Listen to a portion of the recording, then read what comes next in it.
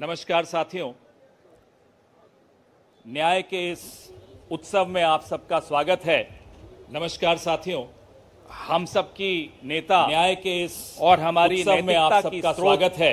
श्रीमती सोनिया गांधी, हमारे राष्ट्रीय अध्यक्ष और हमारी प्रेरणा का स्रोत श्री मल्लिकार्जुन खड़गे जी, हमारे पूर्व राष्ट्रीय अध्यक्ष और हमारी ऊर्जा के स्रोत श्री राहुल गांधी जी, इस न्याय पत्र को मूर्त रूप देने वाले श्री पी चिदम्बरम जी, हमारे संगठन महासचिव श्री के.सी. वेणुगोपाल जी, आप सबका स्वागत है।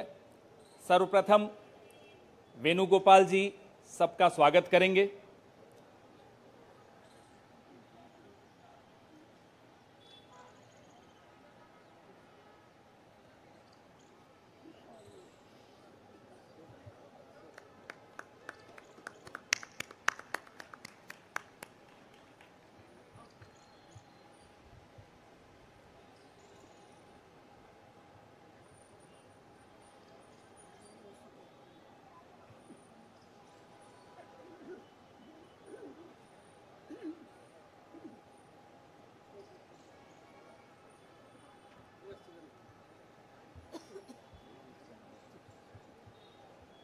धन्यवाद वेणुगोपाल जी।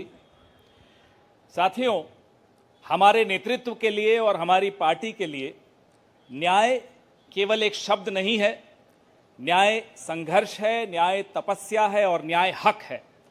सबसे पहले इस कार्यक्रम को आगे बढ़ाते हुए हम न्याय पत्र का विमोचन करेंगे, उसको जारी करेंगे। मैं माननीय कांग्रेस अध्यक्ष श्री मल्लिकार्जुन खड़गे साहब से आग्रह करूंगा कि वो न्याय पत्र को जारी करें।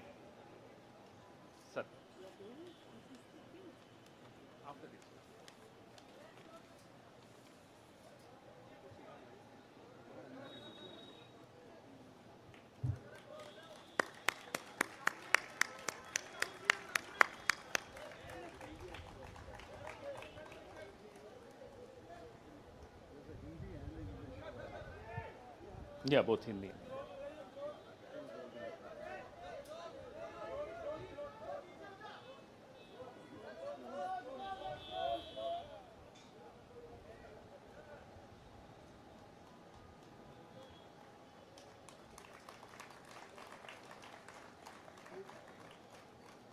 धन्यवाद। अब मैं मैनिफेस्टो कमेटी के अध्यक्ष श्री पी चिदम्बरम साहब से आग्रह करूंगा कि वो इस न्याय पत्र के विषय में कुछ इस पर प्रकाश डालें, आपसे चर्चा करें।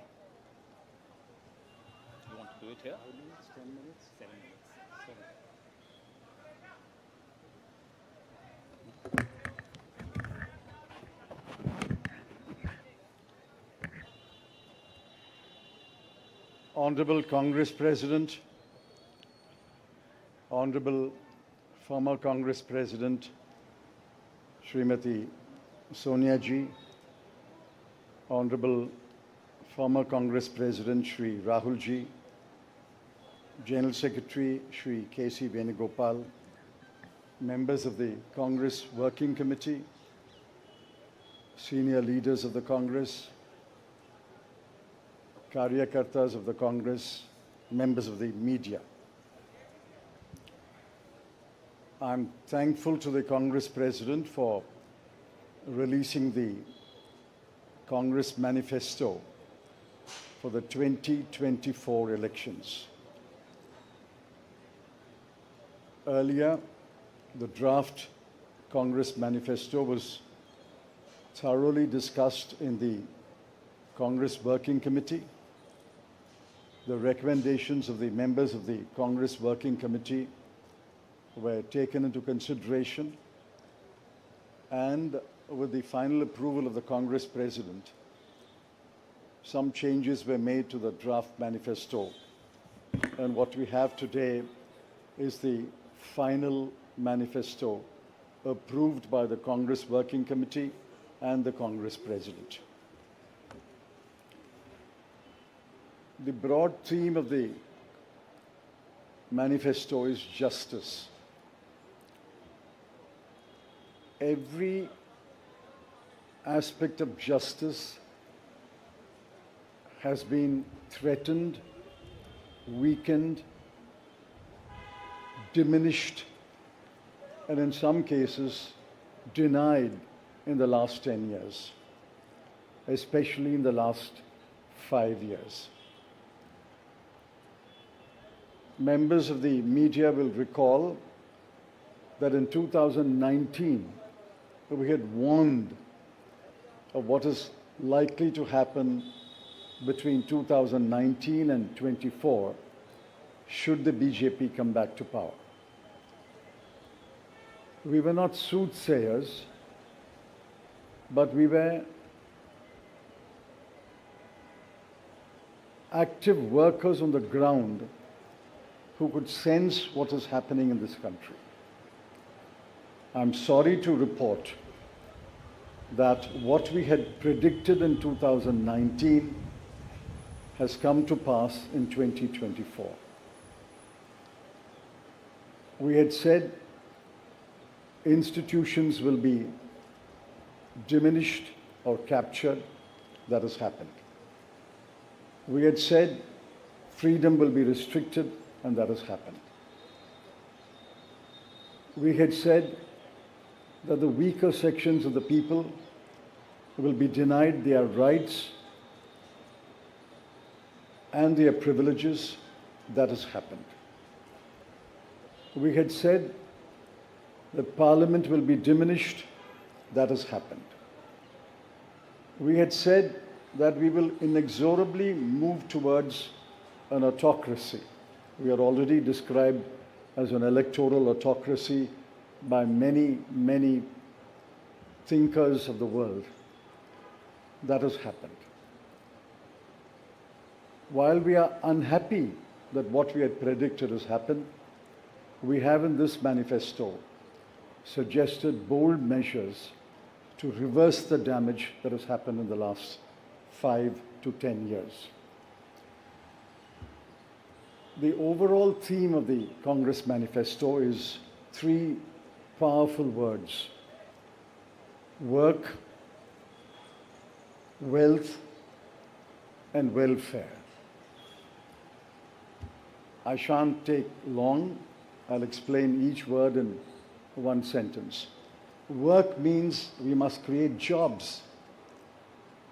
If anybody had any doubt, read the report of the ILO that was released 10 to 15 days ago.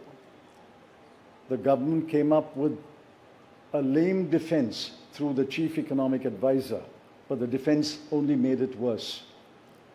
The ILO report shows that unemployment has assumed monstrous proportions in this country.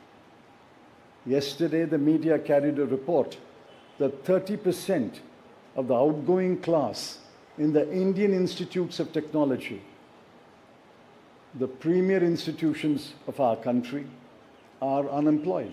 They have not been placed. Jobs, jobs, jobs is a cry everywhere in India. Work encapsulates that section on work. The sections on work encapsulates what we will do to create jobs. The second is wealth. Wealth must be created before it is distributed. On the contrary, the 5 years of the Modi government shows that wages have been stagnant in this country. The average income of the bottom 50% has either remained stagnant or diminished or decreased for the bottom percentiles. We have to create wealth, and that can only be created by growth. The UPA government delivered 8.5% growth in its first term, 2004 to 2009. And over a 10-year period, Dr. Manmohan Singh's government delivered 7.5% growth. Even the futile attempt by the BJP government to revise the figures made it 6.7%.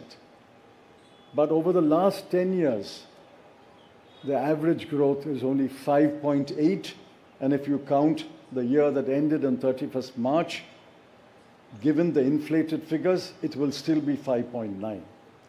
The difference between 7.5 and 5.9 may appear to be trivial, 1.6%, but it's not a trivial difference. It is the difference that makes between a moderately slowing economy and a robust economy. So the second broad theme is wealth. We have to create wealth, which means we must have investment, capital investment, private investment, government investment, and foreign investment. Once we create jobs and once we set in motion policies that will create wealth, this country will go back to the high growth path of the UPA governments. The third section, which addresses many aspects of justice, is welfare. So work, creating wealth, which results in welfare. The welfare of whom? I have always accused the BJP government, the Modi government, is a government of the rich, by the rich, and for the rich. This government is driven only by the interests of the top 1% of this country. But we have to look at the bottom 50%. The bottom of the pyramid, the bottom 50% is as important as those who are well off. And in the bottom 50%, as we go down the ladder, the bottom 20% are extremely poor. It has been estimated that 23 crore people are still poor in this country. UPA government lifted 24 crore people out of poverty. And we promise that if the Congress or a Congress-led government comes to power in 2024, we will lift 23 crore people out of poverty in the next 10 years. That's possible, it's doable, and I conclude by saying the Congress has done it before and we can do it again. I appeal to all of you to spread the message of this manifesto to the nook and corner of this country and ask the people to vote for the hand symbol and to vote for all our allied parties throughout this country. Thank you.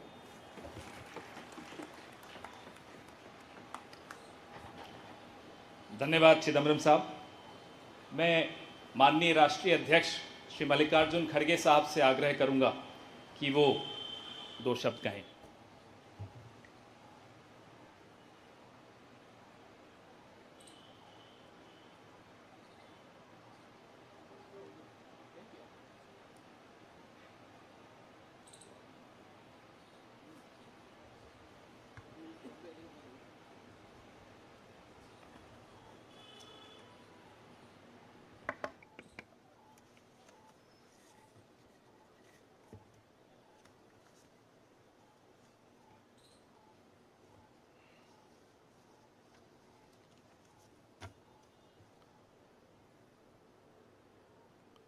आज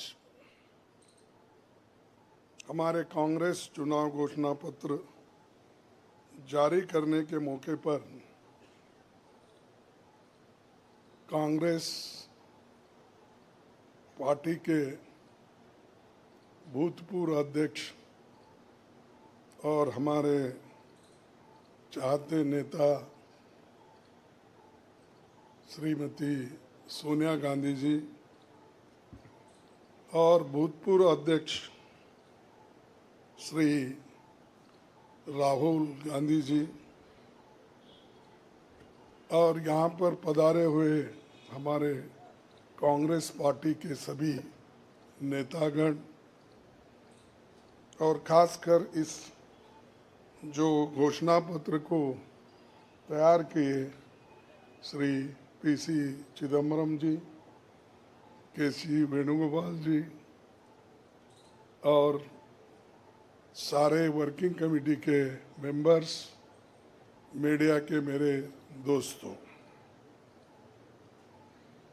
आज मुझे ये भी याद करना है कि बाबू जगजीवन राम का जन्मदिन भी है और जो बाबू जगजीवन राम हमारे पार्टी में बहुत साल तक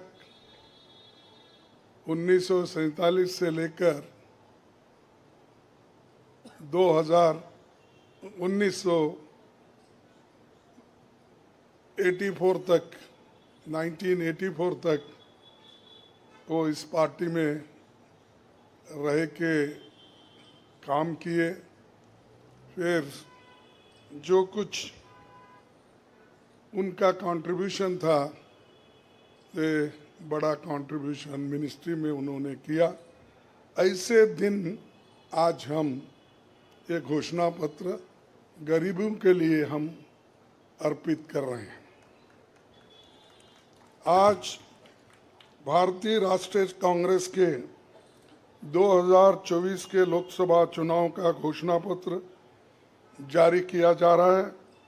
इस मौके पर मैं आप सभी का स्वागत करते हुए 22 दिसंबर 2023 को जो चिदम्बरम जी की अध्यक्षता में 16 सदस्यीय कांग्रेस मैनिफेस्टो कमेटी बनी थी और 19 मार्च को CWC ने इसे मंजूरी दी थी। व्यापक जनभागीदारी और संपर्क के बाद हमारा घोषणा पत्र बना है। इसके लिए वेबसाइट आवाज भारत की बनी जिस पर भी काफ़ी सुझाव मिले। हमारा ये घोषणा पत्र देश के राजनीतिक इतिहास में न्याय के दस्तावेज के रूप में याद किया जाएगा। राहुल जी के नेतृत्व में चली भारत जोड़ो न्याय यात्रा में 5 पिलर्स पर ध्यान केंद्रित किया गया था। यात्रा के दौरान युवा न्याय, किसान न्याय, नारी न्याय, श्रमिक न्याय और हिस्सेदारी न्याय की घोषणा की गई थी। जहाँ कहीं भी हम गए इन न्याय की बात हमने करी थी और इसकी गारंटी भी हमने दी है। इन 5 पिलर्स में से 25 गारंटी निकलते हैं। हर 25 गारंटी ने किसी ना किसी को लाभ मिलने का इसके अंतर्गत यहाँ पर हमारे मैनिफेस्टो में भी है और इसके लिए जो हम पहले से ही करते हुए आए हैं वो भी हमने इसका उल्लेख किया है। मैं कुछ बातें आपके सामने रखना चाहता हूँ। खासकर युवा न्याय के तहत हर शिक्षित युवा की पहली नौकरी अप्रेंटिसशिप के साथ पक्की हो जाए, ऐसी एक गारंटी हम दे रहे हैं और उसके लिए हम 1 लाख रुपए उसके लिए हम एक अप्रेंटिसशिप कोर्स करने वालों को खर्च करेंगे और इससे ये फायदा होगा किसी ना किसी जगह उसको पक्की नौकरी मिलेगी, क्योंकि ये स्किल डेवलपमेंट के तहत और बहुत से इंडस्ट्रीज में इनको काम मिलेगा। नारी न्याय के तहत गरीब परिवार की महिला को सालाना 1 लाख की मदद देंगे। कोई तालियां नहीं बजा रहे, क्या बात है। गरीब परिवार की महिला को सालाना 1 लाख की मदद देंगे और किसान न्याय के तहत किसानों की कर्ज माफी और एमएस की कानून की गारंटी भी हम देंगे। और श्रमिक न्याय, इसके तहत मनरेगा में भी 400 रुपए ये न्यूनतम कम से कम 400 रुपए मजदूरी दिया जाएगा। हिस्सेदारी न्याय में सामाजिक आर्थिक समानता के लिए हर व्यक्ति और हर वर्ग की गिनती या जातीय जनगणना होगी, जिससे सबको फायदा होगा, या किसी के फॉर्म में किसी के अगेंस्ट में ये नहीं है कि हालात को समझने के लिए ये जातीय जनगणना करेंगे, जैसा कि एससी एसटी की जातीय जनगणना होती है।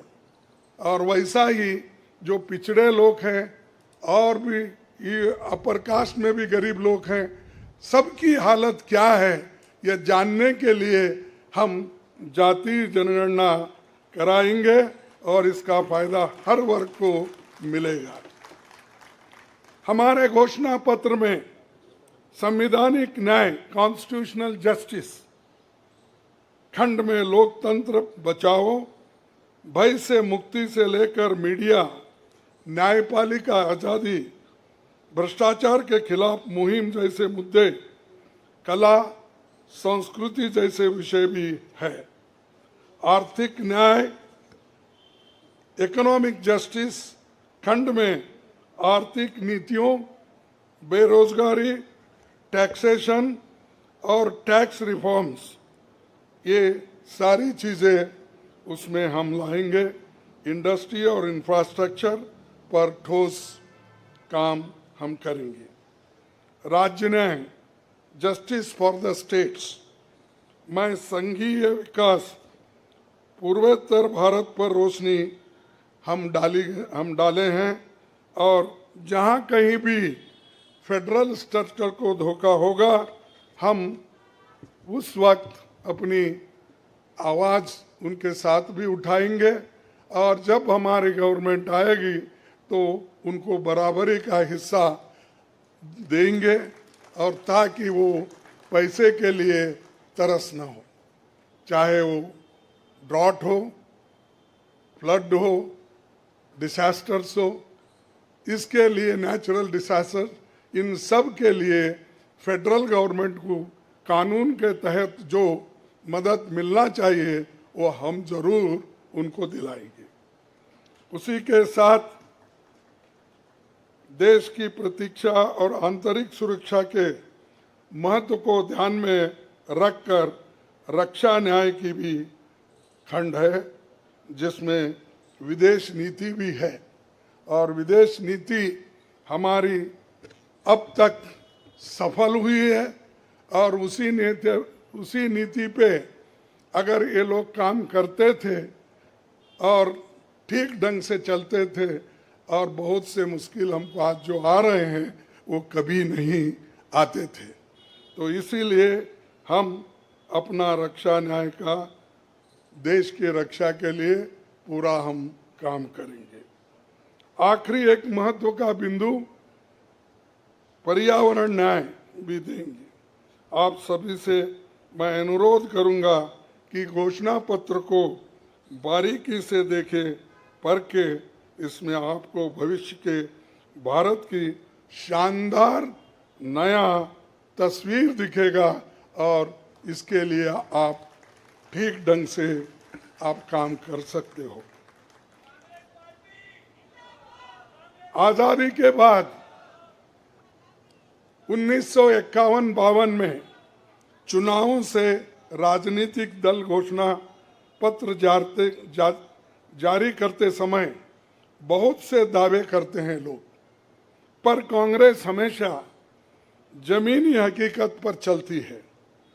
1951 में पंडित जवाहरलाल नेहरू के नेतृत्व में हमारा जो घोषणा पत्र जारी हुआ, उसका नाम था व्हाट कांग्रेस स्टैंड्स फॉर। उसका नाम था व्हाट कांग्रेस स्टैंड्स फॉर। पहले घोषणा पत्र को लेकर ये टिप्पणी की गई थी, no exaggerated claims were made, no ambitious plans to entice public or deceive the electorate had been placed before them. A realistic view of what was capable of achievement and implementation alone was presented. ये पंडित जवाहरलाल नेहरू जी के ज़माने में घोषणा पत्र दी थी जो realistic है, जो ग्राउंड लेवल पे हम कर सकते हैं, उसी के बारे में उन्होंने बोला था। किसी को फंसाने के लिए नहीं, झूठ बोलने के लिए नहीं, हम जो भी कहते हैं वो करके दिखाते हैं, ये उनका कहना था। और वही आज भी हम कर रहे हैं, जो कर सकते हैं वही हम इसमें घोषणा पत्र में लिखे हैं। और बहुत से हमारे विद्वानों से भी हम बात किए हैं कि इसमें क्या कर सकते क्या नहीं कर सकते, उनके सलाह के मुताबिक ही आज हमने ये सारी चीज़ें आपके सामने रखे हैं। ये हमारा 139 ईयर्स साल का शानदार इतिहास है। ये देश के सामाजिक आर्थिक विकास की गति को बहुत तेज करेगा। किसानों, मजदूरों और महिलाओं, युवाओं, गरीबों, वंचित तबकों के विकास के जो बंद दरवाजे हम खोलेंगे, क्योंकि एक मोदी सरकार में ये सारे दरवाजे गरीबों के लिए, महिलाओं के लिए, युवाओं के लिए बंद है। हम जब सत्ता में आएंगे ये दरवाजे सब हम गरीबों के लिए खोल देंगे, उनका विकास करेंगे, ये हमारी प्रतिज्ञा है। डॉक्टर मोदी जी, डॉक्टर मनमोहन सिंह के नेतृत्व वाली हमारी यूपीए सरकार की बहुत आलोचना करते हैं, लेकिन उस 10 साल में हमने MNREGA, right to education, RTI, खाद्य सुरक्षा, वनाधिकार, भूमि अधिग्रहण कानून और रेहड़ी पटरी वालों की अधिकार समेत कई कदम हमने उठाया है। और उसकी जो कर्ता धर्ता है श्रीमती सोनिया गांधी जी यहाँ पर मौजूद है। उन्होंने बारीकी से इन मनरेगा को और खास करके फूड सिक्योरिटी को बहुत लड़ा, क्योंकि मुझे मालूम है, सब चीज़ मैं यहाँ पर नहीं कह सकता, कि उन्होंने इतने ये 2-3 प्रोग्राम के लिए बहुत गुस्से में रहते थे। जब तक वो इम्प्लीमेंट नहीं होता तब तक वो खामोश नहीं बैठे और कैबिनेट के लोगों को बोलते रहे थे कि ये क्या हुआ। जब हुआ तब वो भी खुशी मना लिए और हम भी लोग बोले कि भाई ठीक हो गया। और जब बाहर इसका गया कि जो ये मनरेगा का, फूड सिक्योरिटी का और कंपलसरी एजुकेशन का ये जो संदेश बाहर गया, तब लोग सभी खुश होने लगे, सभी बोलने लगे ये बहुत अच्छा यूपीए गवर्नमेंट ने किया, सोनिया गांधी जी ने किया। ये बात बाहर आ गई। इसीलिए ये हमारा जो पहले से गरीबों के लिए वायदे थे वो हम पूरे करेंगे।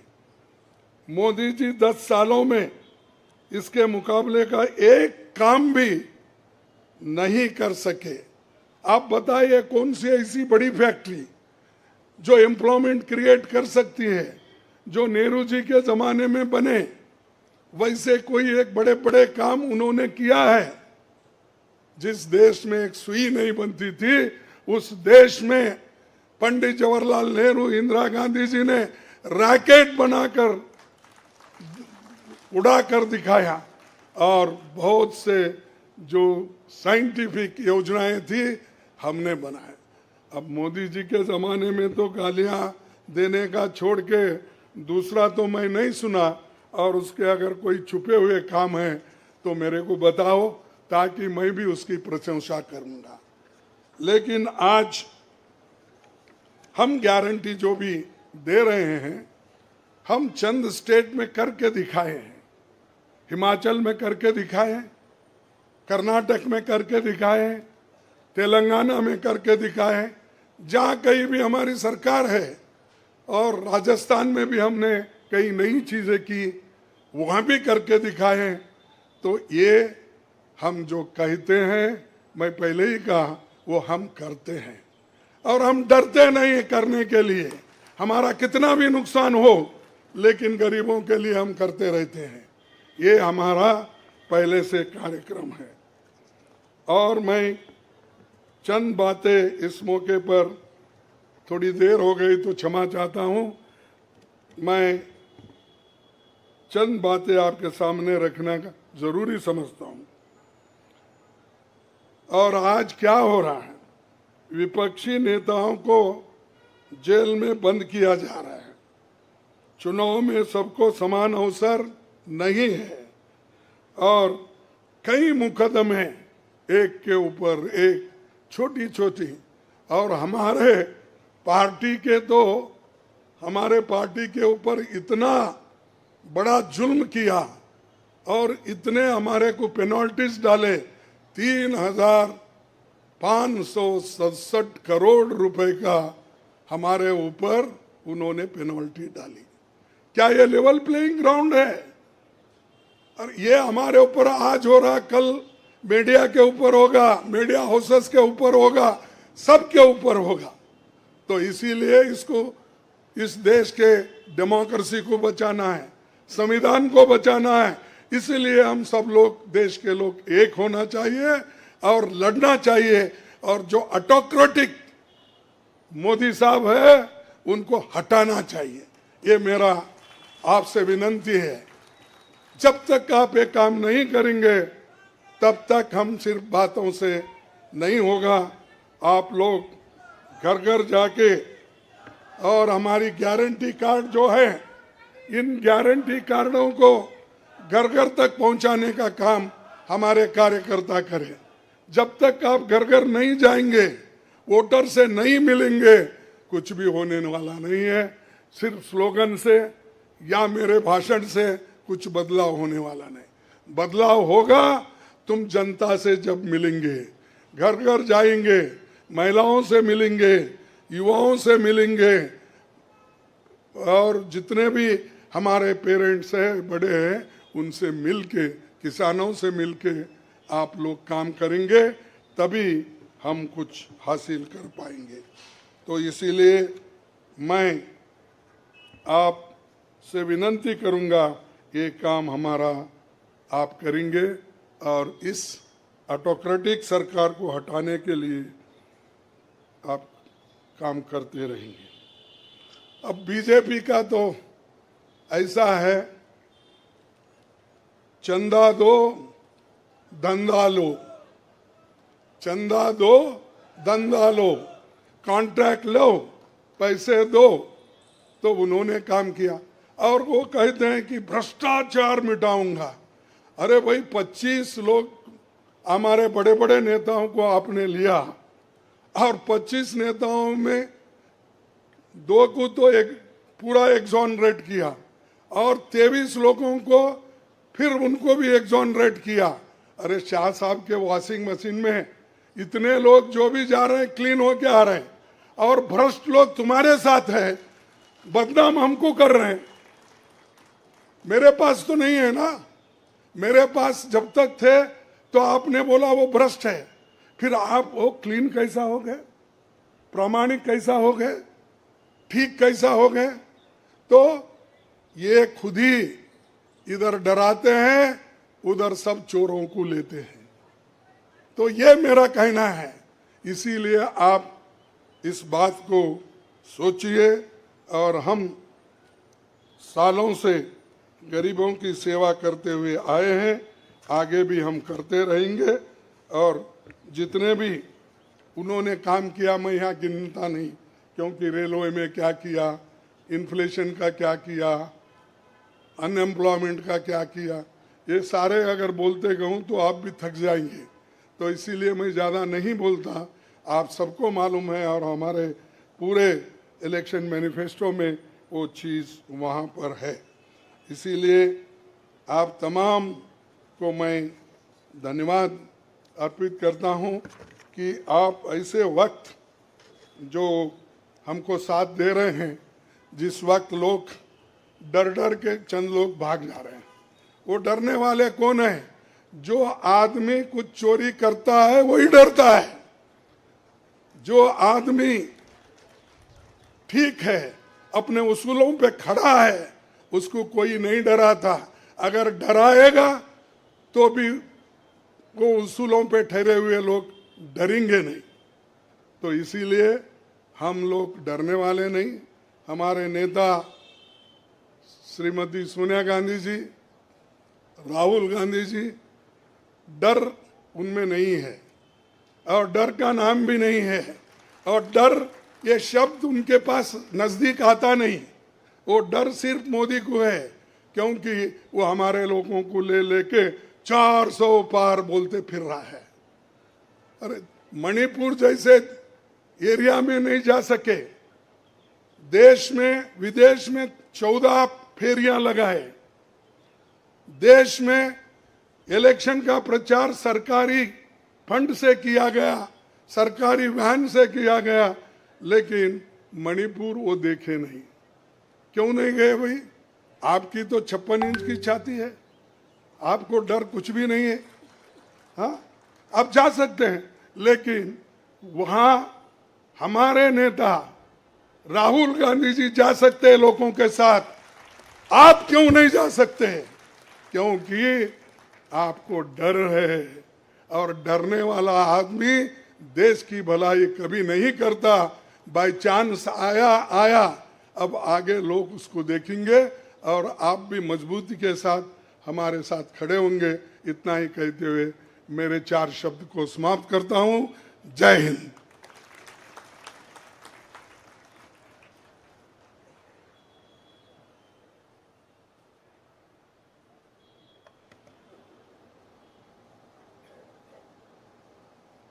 धन्यवाद खड़गे साहब। मीडिया के मित्रों, आपके मोबाइल पर सॉफ्ट कॉपी हिंदी और अंग्रेजी की हमारे न्याय पत्र की पहुंच चुकी है। कार्यक्रम के पश्चात उसकी फिजिकल कॉपी भी आपको दे दी जाएगी।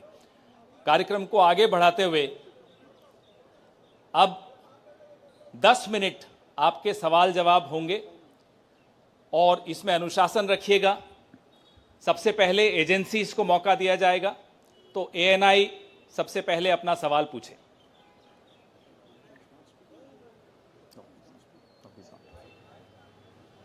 माइक दे दीजिएगा मीडिया के साथियों को।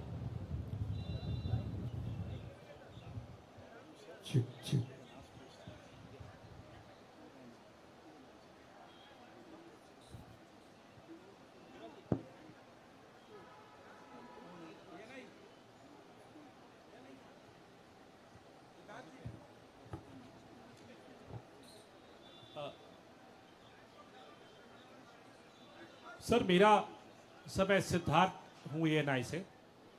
सर मेरा सवाल यह है कि आप लोगों ने एक प्रॉमिस किया है अपने मैनिफेस्टो में कि जो लोग पार्टियां छोड़कर जाते हैं, चुने हुए लोग, उनके लिए आप अमेंडमेंट करेंगे, 10th शेड्यूल में डालेंगे कि ताकि उनकी मेंबरशिप अपने आप बर्खास्त हो जाए।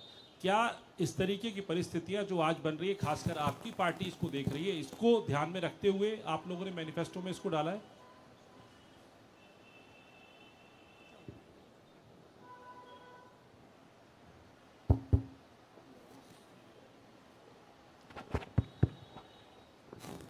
You are asking about the anti-defection law, which is now in the 10th schedule. Over the years, political parties, especially defectors, have exposed the limitations of the 10th schedule. So the 10th schedule has to be amended. Check. What is he saying? The 10th schedule is to be amended. Our position is that moment a defection takes place, he should be instantly disqualified.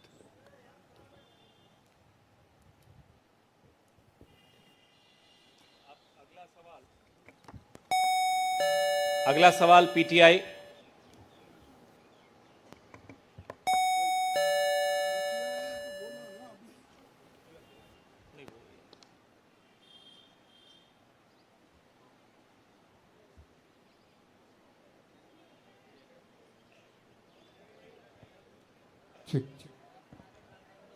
Sir, the focus of the manifesto is on the 25 guarantees that the Congress has already announced. So will this election be a fight between Congress's guarantees and Modi ki guarantee?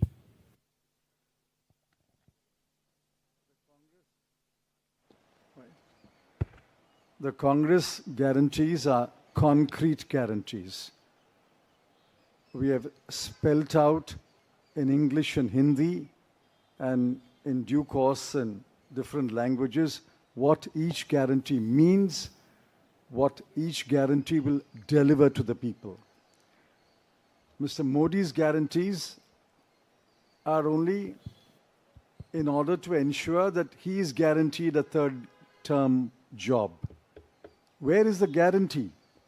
What happened to the guarantee of 2 crore jobs? What happened to the guarantee of 15 lakhs in the account of every Indian? What happened to the guarantee of doubling farmers' income?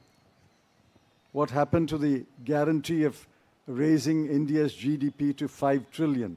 I can offhand narrate at least 50 such promises of Mr. Modi.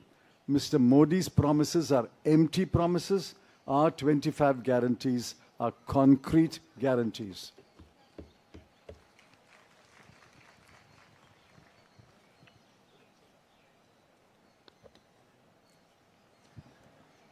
Good afternoon. I agree with what Mr. Chidambaram ji said. But this election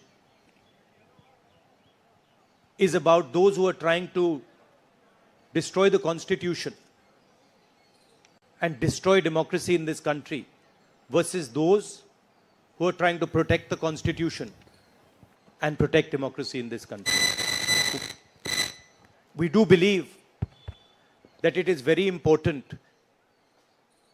once this fight is won, that we look after the interests of the vast majority of our people, that India is not run for 2 or 3 large conglomerates, large businesses, that it is run for the vast majority of people, that we are not a nation of monopolies, we are a nation where there is fair competition among businesses.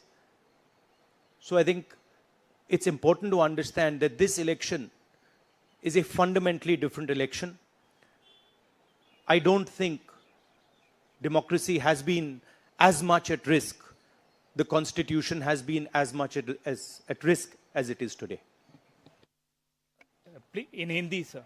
ये जो चिदम्बरम जी ने कहा उससे मैं सहमत हूं, मगर ये जो चुनाव है ये लोकतंत्र को और संविधान को बचाने का चुनाव है। एक तरफ एनडीए नरेंद्र मोदी जी जो कॉन्स्टिट्यूशन पर आक्रमण कर रहे हैं,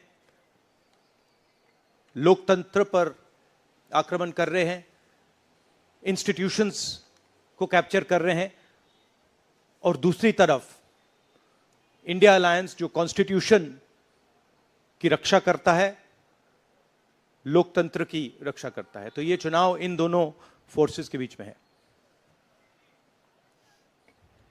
धन्यवाद। मौसमी सिंह, आज तक।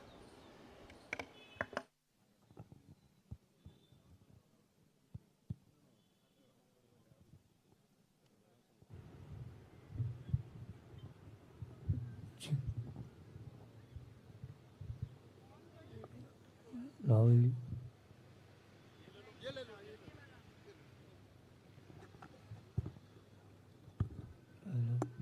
हेलो, मेरा सवाल मैडम सोनिया गांधी से है। मैम, अगर आपसे सवाल, राहुल जी, आपने ओपीएस को लेके लगातार जो है झंडा बुलंद किया है। तमाम सरकारें आपकी, उन्होंने ओपीएस का वादा किया था। चिदम्बरम साहब, you had promised OPS and in Himachal and Rajasthan you implemented OPS, but in the manifesto the OPS scheme is missing. So is there a reflects, is there a introspection that it's not viable economically? Is it that? It's not missing as such. It's very much on our minds. But please remember the developments that have taken place in the last 4 months. The government has appointed a committee headed by the Finance Secretary to review the NPS and the demand for OPS and to find a way in which the objectives of OPS can be financed by a funded pension scheme. Which means the government has come around to the point of view that while the OPS delivered benefits to the pensioners, the NPS made it sustainable. Now a committee has been appointed under the Finance Secretary, and unless we receive the report of that committee and review it, it would be premature to take a stand on the OPS-NPS controversy. It's very much on our minds, and we will come out with our position once the committee's report is received. Arun Kumar Singh.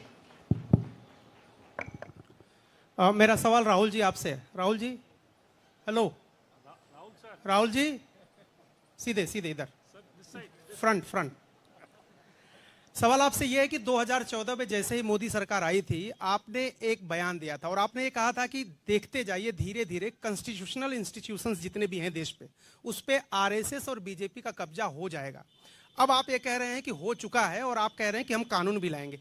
क्या आपको ऐसा नहीं लगता राहुल जी कि ये जब आप करेंगे तब बीजेपी आपके ऊपर ये आरोप लगाएगी कि चूंकि केसेस जो है या पूछताछ विपक्ष के नेताओं से ज्यादा हुई, इसलिए प्रतिक्रिया में लाया गया रिएक्शनरी लॉज अमेंडमेंट होंगे ये?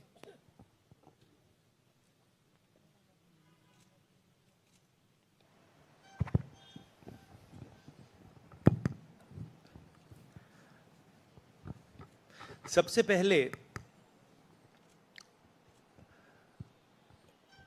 ये समझना होगा कि हिंदुस्तान के राजनीतिक स्ट्रक्चर में हो क्या रहा है।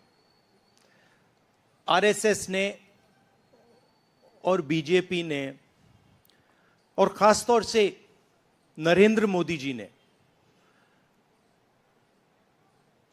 जो स्ट्रैटेजी बनाई है, उसका फाउंडेशन क्या है, उसकी नींव क्या है, सबसे पहले यह समझना है। नरेंद्र मोदी जी ने जैसे अदानी जी की मोनोपोली है पोर्ट्स पर, इंफ्रास्ट्रक्चर पर, डिफेंस में, वैसे नरेंद्र मोदी जी ने पॉलिटिकल फाइनेंस की मोनोपोली बनाई है। कैसे बनाई है? ED, CBI, income tax department का प्रयोग करके। अगर आप बॉन्ड स्कीम्स को देखें तो उसमें साफ दिख जाता है कि नरेंद्र मोदी जी ने, बीजेपी ने एक प्रकार से पॉलिटिकल फंडिंग एक्सटॉर्शन से, धमकी से, प्रेशर से बनाई है। खारगे जी ने कहा जो भी भ्रष्ट हैं वो सब बीजेपी में जा रहे हैं। उसका कारण है क्योंकि नरेंद्र मोदी जी चाहते हैं कि पॉलिटिकल फाइनेंस की मोनोपोली उनके हाथों में हो। अब हमारे बैंक अकाउंट बंद कर दिए, हमारे पास ओरिजिनल रास्ता जो था वही हमारा रास्ता है। हम जनता के साथ जाकर मिलकर उनके लिए लड़ते हैं। ये जो मैनिफेस्टो बना है, ये मैनिफेस्टो कांग्रेस पार्टी ने नहीं बनाया है। यह मैनिफेस्टो हिंदुस्तान की जनता ने बनाया है। हमने सिर्फ इसको लिखा है, ठीक है। और हमने सिर्फ इसको लिखा है, जो किसानों ने हमें बताया, खारगे जी को बताया, मुझे बताया, बाकी नेताओं को बताया, वो हमने लिखा है। चाहे वो रोजगार की बात हो, चाहे वो कॉन्ट्रैक्ट लेबर की बात हो, हजारों लोगों से बात करके हमने ये हिंदुस्तान की आवाज है, ये लिखी है। मगर जो राजनीति में आज हो रहा है वो क्लियर है कि सब पार्टीज को नरेंद्र मोदी, ईडी, सीबीआई, इन इंस्टीट्यूशंस को कैप्चर करके फाइनेंशियली मोनोपोली बना रहे हैं अपनी।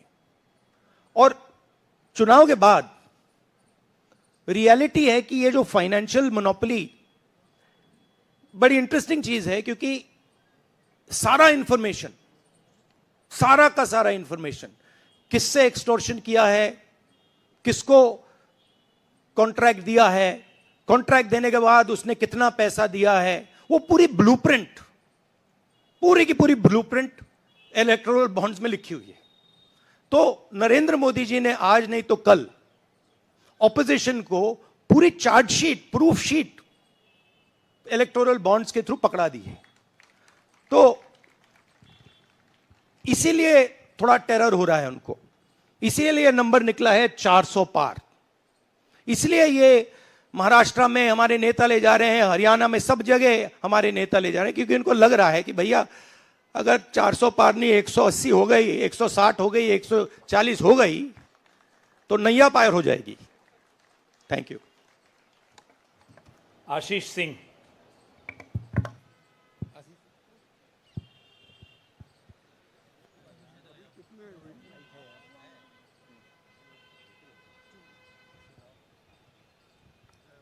राहुल जी, लास्ट टाइम पिछले लोकसभा चुनाव में राहुल जी आपने मुझे याद है कहा था, you were convince that time कि मोदी जी जा रहे हैं, मोदी जी का वक्त खत्म हो गया है।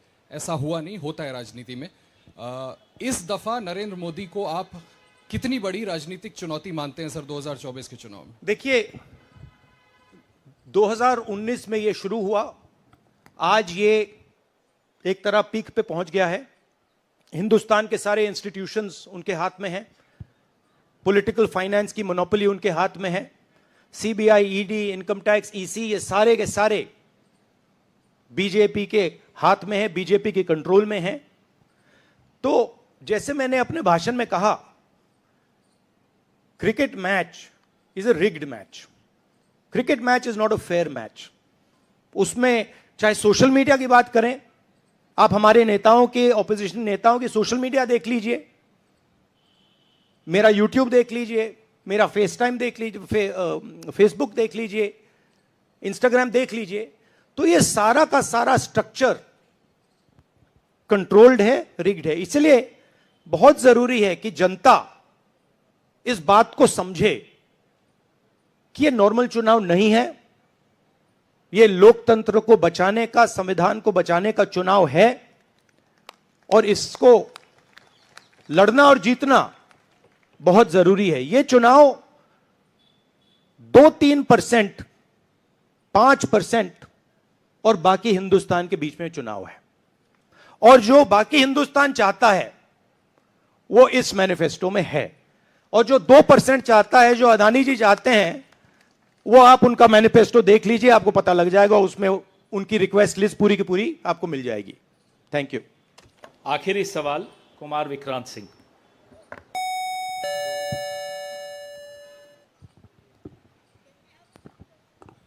राहुल जी, 2009 में आपको भी याद होगा, उस वक्त मैनिफेस्टो में 2 तस्वीरें थी, मनमोहन सिंह जी की और सोनिया गांधी जी की। पूछा गया था पीएम कैंडिडेट कौन होगा, सोनिया जी ने अपनी तस्वीर छुपा ली थी। आज 2 तस्वीरें हैं, राहुल गांधी जी की और खड़गे जी की। कोई तस्वीर छुपाएंगे, कोई दिखाएंगे? नहीं, ये आप बड़े डिस्ट्रैक्शन वाले क्वेश्चन पूछते हो। देखिए, इंडिया गठबंधन में डिसीजन लिया गया है कि हम मिलकर एक साथ आइडियोलॉजिकल चुनाव लड़ रहे हैं। चुनाव जीतने के बाद लीडर कौन होगा, प्राइम मिनिस्टर कौन होगा, वो पूरा का पूरा जो कोलिशन है वो मिलकर डिसाइड करेगा। Thank you. धन्यवाद। अब कार्यक्रम की समाप्ति से पहले श्री केसी वेणुगोपाल कल के कार्यक्रम के विषय में आपसे 2 शब्द कहेंगे। Dear friends, today we are already released the Brother, he wants South media chance. इन्हें माइक दीजिए जो साउथ इंडिया से हमारे जो साथी हैं, और ये आखिरी सवाल होगा। चिक चिक।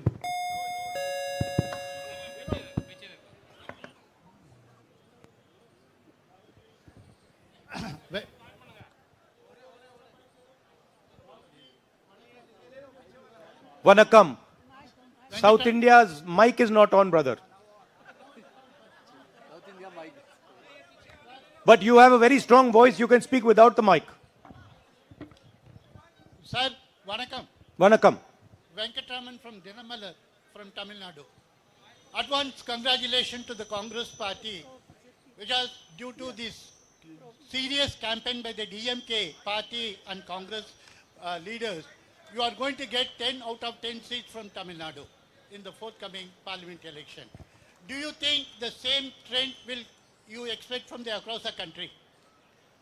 Well, you know, I'm not a soothsayer. Unlike many political commentators, I can't predict the future. But what I'm confident of is that this is a much closer election than is being propagated by the media. It is a close election, and we are going to fight an excellent election, and we are going to win the election. Thank you. Please do remember one thing. Please do remember that there was a similar feeling being generated by the press when Mr. Vajpayee was Prime Minister. There was the India Shining campaign. So we have a similar idea being propagated. India Shining with 2-3 new dimensions. International dimension. All sorts of new dimensions. Full support by the monopolists in the country. But do remember what happened to the India Shining campaign. And do remember who won that campaign. Thank you.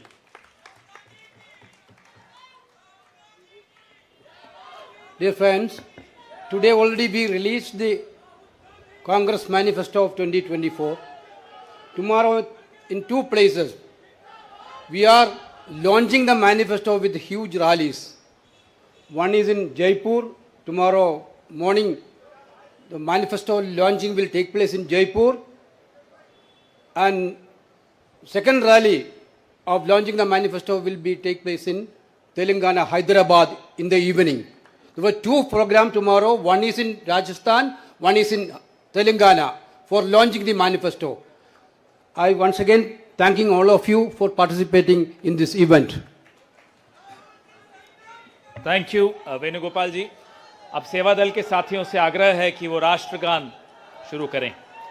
आप अनुशासन बनाए रखें। राष्ट्रगान के लिए कृपया अपने स्थान पर खड़े हो जाएं। जनगण मन अधिनायक जय हे भारत भाग्य विधाता। पंजाब सिंध गुजरात मराठा द्राविड़ उत्कल बंग। विंध्य हिमाचल यमुना गंगा उच्छल जलधि तरंग। तब शुभ नामे जागे तब शुभ आशीष मागे। गाहे तब जय गाथा जनगण मंगलदायक जय हे भारत भाग्य विधाता। जय हे जय हे जय हे जय जय जय जय हे।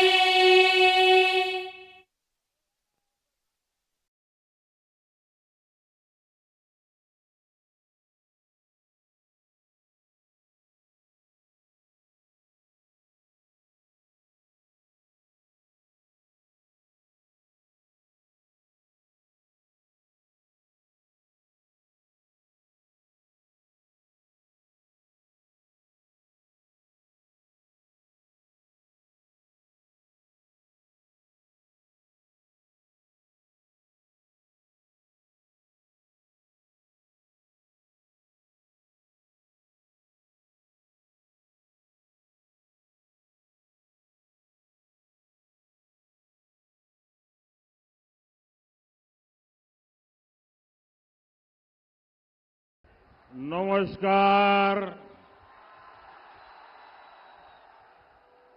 सकल कुछ बिहारवासी देर आमार सादर प्रणाम। दंडोबत सगाई के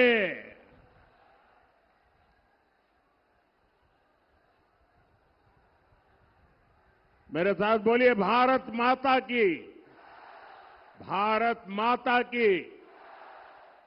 मैं मदन मोहन ठाकुर जी और बोरो देवी को पूरी